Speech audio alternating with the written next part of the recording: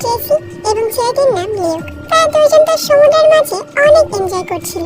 তখনই ট্রেসি সমুদ্রের মাঝে মানে পানির ভিতরে কিছু একটা আওয়াজ পায়। তাই ট্রেসি তার হাজবেন্ড লিউককে বলে যে চলো আমরা দ্রুত এখান থেকে উঠে যাই। কিন্তু লিউক তো সমুদ্রে অনেক এনজয় করছিল, তাই সে ট্রেসির কথা খুব একটা কানে নেয় না। কিন্তু তখনই আবার তারা পানির মধ্যে কিছু একটা দেখতে পায়। কিন্তু ট্রেসি যখন বোটে উঠে লিউকের দিকে তাকায় তখন সে পেছনে লিউককে দেখতে পায় না। আর সে দেখে যে পেছনের পানি পুরোপুরি লাল হয়ে গিয়েছে আর লিউক সেখানে কোথাও নেই। লিউককে দেখতে না পেয়ে সে তো জোরে জোরে চিৎকার করতে শুরু করে, কারণ ওখানে আশেপাশে কোনো মানুষ ছিল না। সে আরো জোরে কান্না করে যাতে করে তার কান্নার আওয়াজ শুনে কেউ তাকে সাহায্য করতে আসে। তবে একটু পরে সে পানির মধ্যে লিউককে দেখতে পায়। তবে সেখানে স্পষ্ট বোঝা যাচ্ছে যে পানির নিচে কোনো একটা জিনিস লিউককে টেনে নিয়ে যাচ্ছে। মেরে ওই জায়গা যাওয়ার উদ্দেশ্যে রওনা দিয়ে দেয়। তো প্লেনের মধ্যে বসে তো তারা পাঁচজন অনেক গল্প করতে থাকে। তখন চার্লি সবাইকে বলে যে সে আগে একজন মেরিন বায়োলজিস্ট ছিল, সে শার্ক নিয়ে অনেক এক্সপেরিমেন্ট করেছে।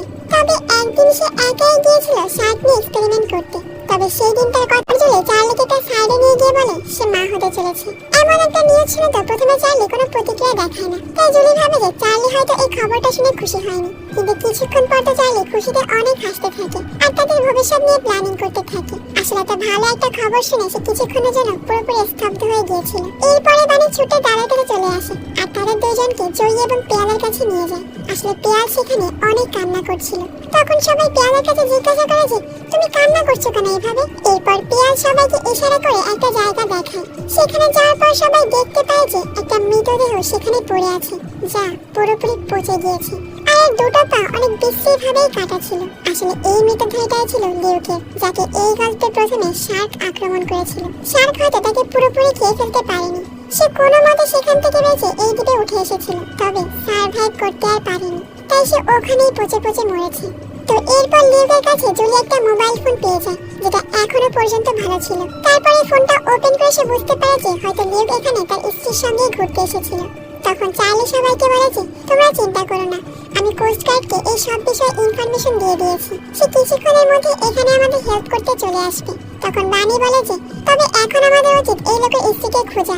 আমি ঠিকমতো জানি না, সে হয়তো বেঁচে থাকলেও থাকতে পারে। কিন্তু জয় তখন বলে যে এই কাজটা কোর্ট গার্ডদের, তারাই ওটা সামলে নেবে। আমাদের এই বিষয়ে বেশি মাথা ঘামানো উচিত হবে না।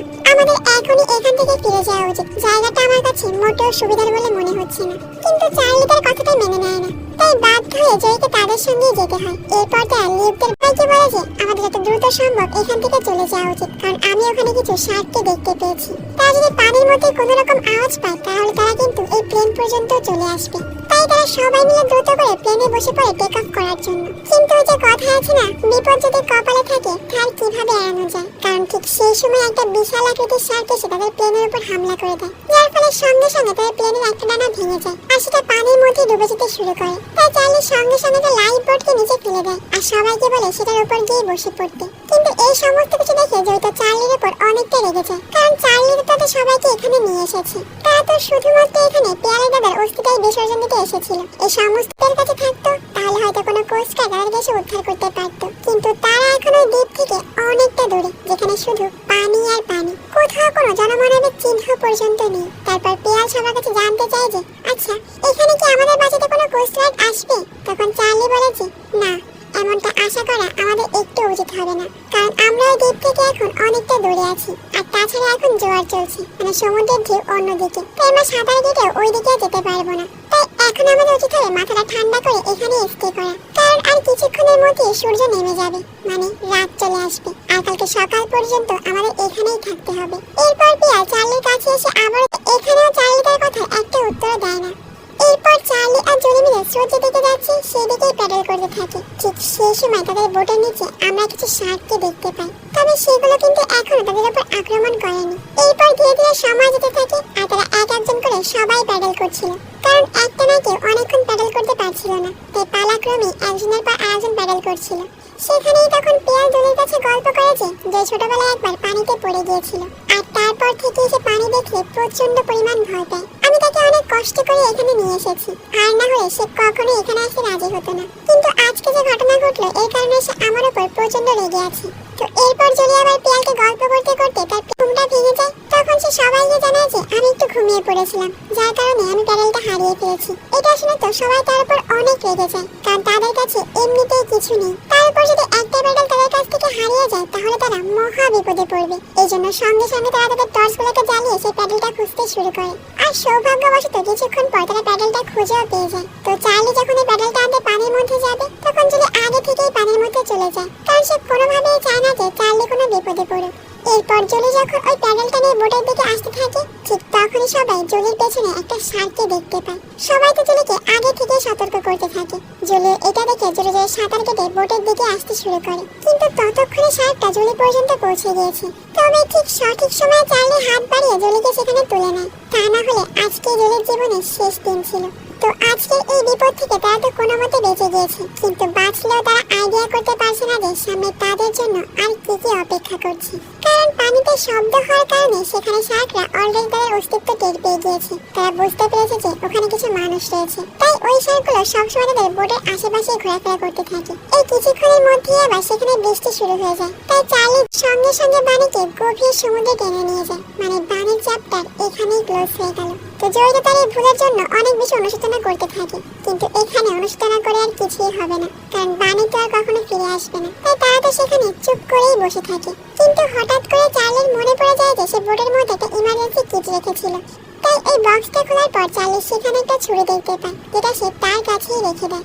এরপর যদি বুদ্ধি করে সে বৃষ্টির পানিকে বোতলের মধ্যেই ভরে নেয়, যাতে করে অন্তত পানিটুকু তারা খেতে পারে। কিন্তু ঠিক কিছুক্ষণ পরে তাদের উপর নেমে আসে মহা এক বিপদ। একটা শার্ক এসে তাদের বোটটাকে পুরোপুরি ধাক্কা মেরে উল্টে দেয়, যার কারণে সবাই তো পানির মধ্যেই পড়ে যায়। সবাই অনেক বেশি ভয় পেয়ে গিয়েছিল। তারা নিজের জীবন বাঁচাতে অনেক কষ্ট করে হলেও আবারও সে বোটের উপর এসে উঠে পড়ে। কিন্তু জয় তখনও পানির মধ্যেই পড়েছিল। একে তো সে পানি অনেক ভয় পায়, তাই সে পানির মধ্যে পড়ে কোনোভাবে সাঁতার কেটে বোট পর্যন্ত আসতে পারছিল না। তার উপর আবার একটা শার্ক তার পাশ দিয়ে ঘুরে বেড়াচ্ছিল। জয় অনেক চেষ্টা করে কোনোভাবেই বোট পর্যন্ত পৌঁছাতে, কিন্তু সেটা আর হয় না, কারণ একটা শার্ক এসে তখনই তাকে পানির মধ্যে নিয়ে চলে যায়। এই ঘটনা দেখে সবাই ভাবে যে জয় হয়তো মারা গিয়েছে, তাই সেখানে তো সবাই পুরোপুরি শান্ত হয়ে যায়। কিন্তু একবার এখন উচিত হবে কিভাবে এখান থেকে বের হওয়া যায় সেই রাস্তাটাই খোঁজা। এরপর পিয়াল তো দাদার অস্থিরাকে পানির মধ্যেই ভাসিয়ে দেয়, আর মনে মনে প্রার্থনা করে যে তার সবাই যেন এখান থেকে সেফলি রক্ষা পেতে পারে। এই কিছুক্ষণ পর চার্লি দাদাকে বলে যে কালকে এই ঘটনার কারণে বোটের মধ্যে কিছুটা ফুটা হয়ে গিয়েছে, তাই আমাদের এখন ধীরে ধীরে এগোতে হবে। তবে আমার মনে হচ্ছে যে আমরা সঠিক রাস্তায় এগোচ্ছি, তাই তোমাদেরকে এখন আর প্যাডেল ঘোরাতে হবে না। সমুদ্রের ঢেউ আমাদের নিজে থেকে ওখানে নিয়ে যাবে। তবে ততক্ষণে তাদের কাছে আবার একটা শার্ক চলে আসে। এবার তো চার্লি আগে থেকেই প্রস্তুত ছিল। চার্লি তাই প্যাডেলের মধ্যে সে চাকুটাকে লাগিয়ে নেয়, আর এরপর একের পর এক শার্কের উপরে হামলা করতে থাকে। কিন্তু সেখানে তো একটা নয়, বরং দুইটা শার্ক ছিল, যাদের সঙ্গে সামান্য একটা চাকু দিয়ে কোনোভাবেই পেরে ওঠা সম্ভব না। তাই চার্লি কিছু করার আগে একটা শার্ক জুলিকে পানির মধ্যে টেনে নিয়ে যায়, কিন্তু চার্লির সাহসের কারণে জুলির জীবনটা এই যাত্রায় বেঁচে যায়। আর এরপর চার্লি জুলি এবং পিয়ালকে বোটের মাঝখানেই বসতে বলে, কারণ বোটটা ফুটা হয়ে যাচ্ছিল। তাই পাশে বসলে হয়তো বা বোটটা যে কোনো সময় ডুবে যেতে পারে। এরপর তারা ভাসতে ভাসতে অনেকটা দূর পর্যন্ত চলে আসে। তারা তো গতকাল থেকে কিচ্ছু খায়নি, এমনকি পানি পর্যন্ত ঠিকমতো খায়নি, তাই সবার শরীর অনেকটা দুর্বল হয়ে যায়। এদিকে জুলি তো আবার প্রেগন্যান্ট ছিল, তাই সে সবার থেকে বেশি অসুস্থ হয়ে পড়ে। তারা তিনজন দুর্বলতার কারণে সেখানেই ঘুমিয়ে পড়ে। আর দেখতে দেখতে তাদের বোটের মধ্যে অনেক পানি ঢুকতে শুরু করে। এরপর যখন পিয়ালের ঘুম ভেঙে আর একটা শার্ক পড়েছিল, তাই পিয়াল কোনোভাবে একটা ভাঙা জাহাজের টুকরোর উপর বসে পড়ে। কিন্তু তখনই আবার ওই শার্কটা গিয়ে চার্লি এবং জুলির পেছনেই পড়ে যায়। চার্লি খুব ভালো করেই বুঝতে পারছিল যে এখান থেকে বেঁচে ফেরা তার পক্ষে অসম্ভব, তাই তারা দুজন একে অপরকে শেষবারের মতো একটা কিস করে। আর এরপর চার্লি আরেকটা ফায়ার জ্বালিয়ে দেয়। তবে সেই ফায়ারটা এবার মিস। শার্ক তো চার্লিকে তখনই তার সঙ্গে করে নিয়ে চলে যায়। পিয়ালের মতো জুলিও নিজের হাজবেন্ডকে চোখের সামনে এরকম মরে যেতে দেখে অনেকটা ভেঙে পড়ে। সে তো জোরে জোরে চিৎকার করে কান্না করতে থাকে। চোখের সামনে সে তার সব থেকে ভালোবাসার মানুষকে হারিয়ে ফেললো, কিন্তু কিচ্ছু করতে পারলো না। তো এরপর জুলি পানির উপর থেকে উঠে পিয়ালের কাছে চলে আসে। তখন পিয়াল জুলির কাছে চার্লির ব্যাপারে জিজ্ঞাসা করে, কিন্তু জুলি তাকে কিছুই বলতে পারে না, শুধু পিয়ালকে জড়িয়ে ধরে চিৎকার করে কান্না করতে থাকে। তখন পিয়াল বুঝতে পারে যে চার্লির অবস্থা জয়ীর মতোই হয়ে গিয়েছে। তবে ঠিক তখন একটা শার্ক তাদের পেছনেই পড়ে আছে। আর এই শার্কটা তখন তো পানি থেকে উপরে উঠে এসে জোরে একটা লাফ দেয়, আর এতে করে তারা দুজন ভয় পেয়ে তো পানির মধ্যেই পড়ে যায়। তখন জুলি পিয়ালকে বলে যে তুমি দ্বীপের সাইডে চলে যাও, আমি তোমার পিছু পিছু আসছি। কিন্তু জুলি তখন পানির অনেকটা গভীরে চলে যায়, আর সেখানে গিয়ে একটা জায়গায় লুকিয়ে পড়ে। তখন এই শার্কটা আবার জুলির পেছনে পেছনে যেতে শুরু করে, কিন্তু এই শার্কটা জুলি পর্যন্ত পৌঁছতে পারে না, কারণ সে অলরেডি আহত ছিল। এরপর জুলি সেখানে একটা রড দেখতে পায়, আর ওটাকে সে শার্কের মধ্যেই ঢুকিয়ে দেয়, আর সঙ্গে সঙ্গে শার্কটা সেখানেই শেষ হয়ে যায়। কিন্তু এতক্ষণ ধরে পানির মধ্যে থাকার কারণে জুলি সেখানে অজ্ঞান হয়ে পড়ে।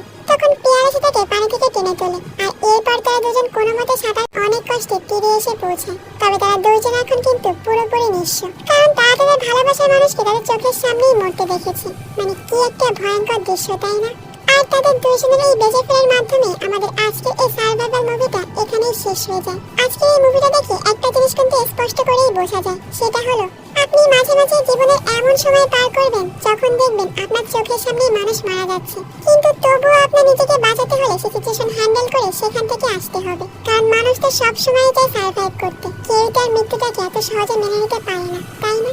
আজ এই পর্যন্তই থাক। কেমন লেগেছে তোমাদের কাছে তা কিন্তু কমেন্ট করে আমাকে অবশ্যই জানাবে। তো দেখা হবে অন্য কোনো সুন্দর মুভির গল্প নিয়ে ভিন্ন কোনো সময়। ততক্ষণ পর্যন্ত সবাই ভালো থাকবে, নিরাপদে থাকবে।